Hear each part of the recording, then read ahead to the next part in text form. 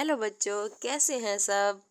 आज हम आपको एक नई कहानी सुनाते हैं जिसका उन्वान है खूनी झील। कालून के जंगल में एक खतरनाक झील थी। दिन के वक्त वहाँ कुछ भी खास नहीं होता था, लेकिन जैसे ही जरा सा अंधेरा छा जाता वो झील एक खूनी झील बन जाती। उस वक्त जो भी जानवर इस झील पर पानी पीने जाता वो जिंदा वापस नहीं आता था। वो कहाँ जाता था आज तक किसी को इसका पता नहीं चल सका। इसी वजह से जंगल के तमाम जानवरों ने, हत्ता के जंगल के बादशाह शेर ने भी इस झील को खूनी झील करार दे दिया था। अब पूरे जंगल में कोई भी जानवर शाम के वक्त उस झील की तरफ जाने की हिम्मत नहीं करता था। एक दिन उस जंगल में एक बंदर आया। उसकी मुलाकात एक खरगोश से हुई।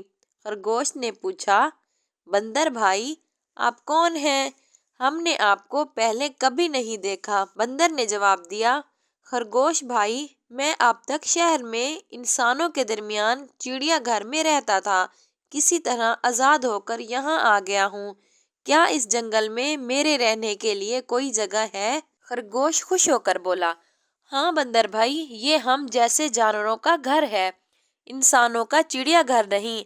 आओ मैं तुम्हें पूरा जंगल दिखाता हूँ। जो जगह पसंद आए वहीं रह लेना। खरगोश बंदर को पूरा जंगल घुमाता है।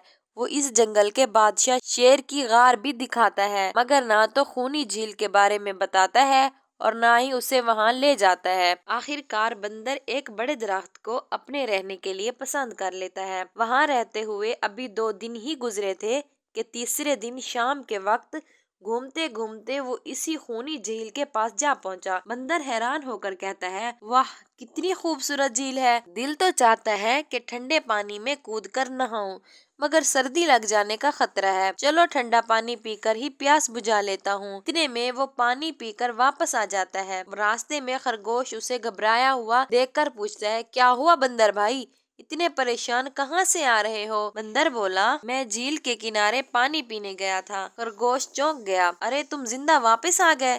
तुम्हें मालूम नहीं वो इस जंगल की खूनी झील है। शाम के वक्त जो भी वहाँ जाता है जिंदा वापस नहीं आता, यहाँ तक के लाश का भी पता नहीं चलता। ये शेर राजा का भी हुक्म है कि शाम के बाद कोई वहाँ ना जाए। बंदर हैरान होकर बोला, कमाल है, मुझे तो इस बारे में कुछ मालूम नहीं। खरगोश शर्मिंदा होकर बोला, मैं भूल गया था। मैंने सोचा तुम तो दरख्त पर रहते हो, झील से तुम्हें क्या काम। इसी दौरान शेर की दरबार में ये बात पहुंची।